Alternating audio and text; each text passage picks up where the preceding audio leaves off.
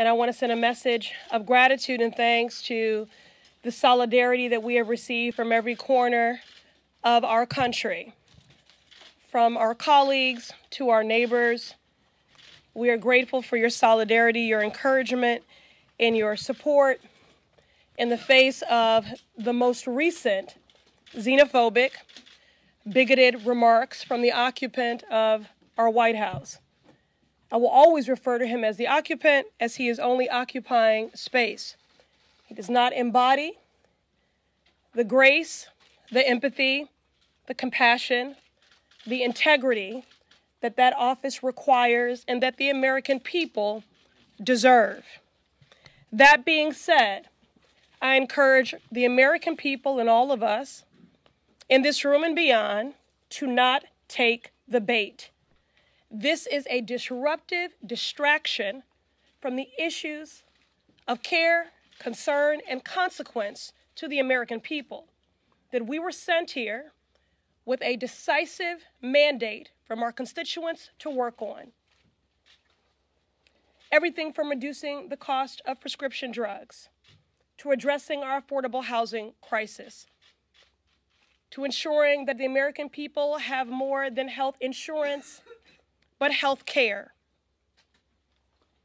More recently, thanks to the partnership of Chairman Elijah Cummings and the advocacy of myself and a coalition of advocates I've worked with for decades, we held the first hearing on childhood trauma.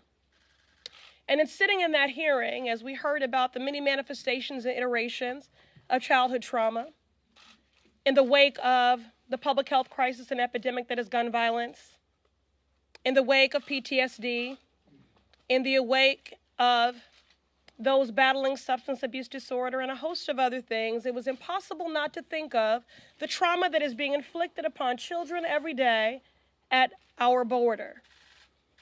At the end of the day, if we improve the conditions of children in a cage, they are still in a cage.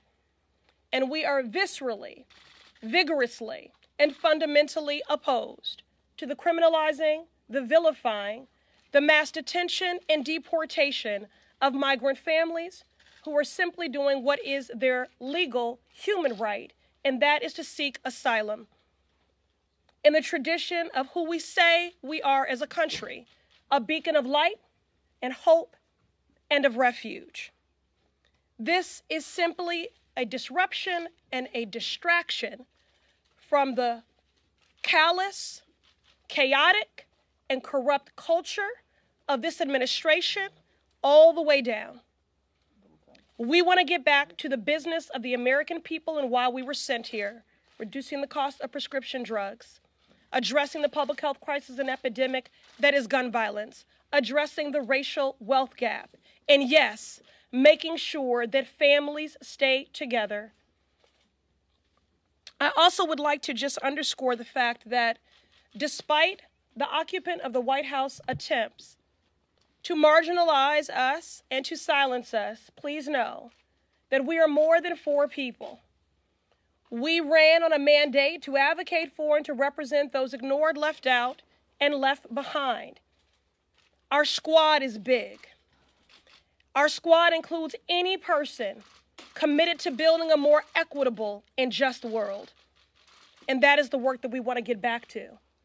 And given the size of this squad and this great nation, we cannot, we will not be silenced.